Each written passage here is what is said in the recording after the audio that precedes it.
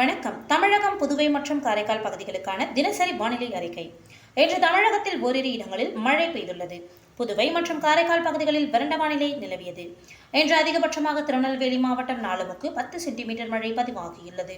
திருநெல்வேலி மாவட்டம் ஊத்து 8 சென்டிமீட்டரும், திருநெல்வேலி, காக்காட்சி, நீலகிரி, அவலாஞ்சி தலா 7 சென்டிமீட்டர் மழை பதிவாகியுள்ளது. கோயம்புத்தூர், சின்னக்கல்லா, கன்னியாகுமரி, சுருளக்கோடு தலா 6 சென்டிமீட்டரும், Coimbatore, Valparai, BDO, Cinchona, Nilgiri, UPASI, Kanyakumari, Balamore தலா 5 சென்டிமீட்டர் மழை பதிவாகியுள்ளது.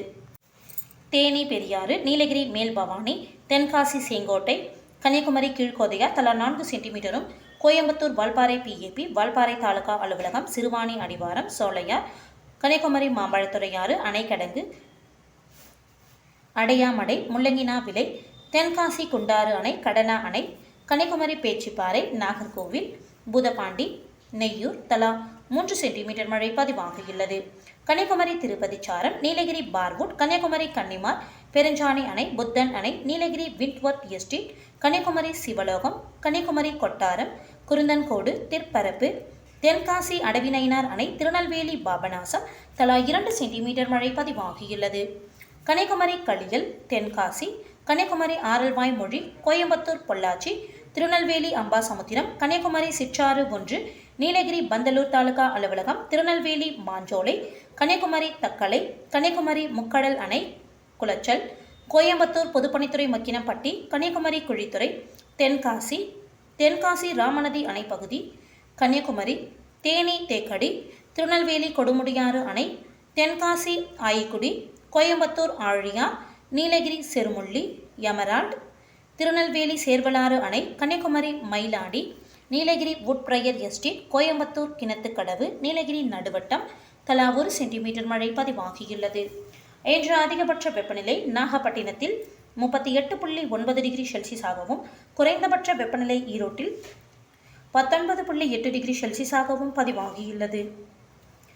மேற்கு திசை காற்றின் வேக மாறுபாடு காரணமாக இன்று நீலகிரி மாவட்டம், கோயம்புத்தூர், திருப்பூர், தேனி, திண்டுக்கல், தென்காசி, திருநெல்வேலி மாவட்ட மலைப்பகுதிகள் மற்றும் கன்னியாகுமரி மாவட்டங்களில் ஓரிரு இடங்களில் கனமழை பெய்ய வாய்ப்புள்ளது. மேலும் வலுவான தரைக்காற்றானது 30 - 40 கிலோமீட்டர் வேகத்தில் வீசக்கூடும்.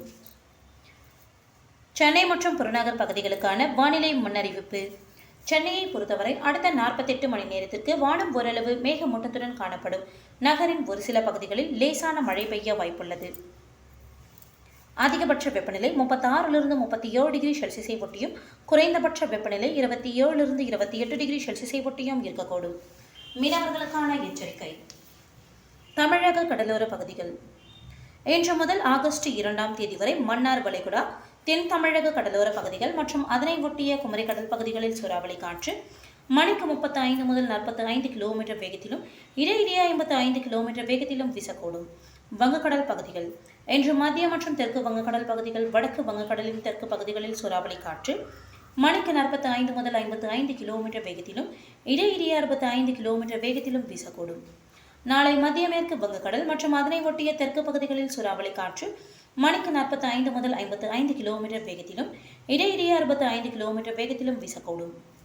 தெற்கு மற்றும் மத்திய வங்கக்கடல் பகுதிகளில் சூறாவளி காற்று மணிக்கு 35 முதல் 45 கிலோமீட்டர் வேகத்திலும், இடையிடையே 55 கிலோமீட்டர் வேகத்திலும் வீசக்கூடும்.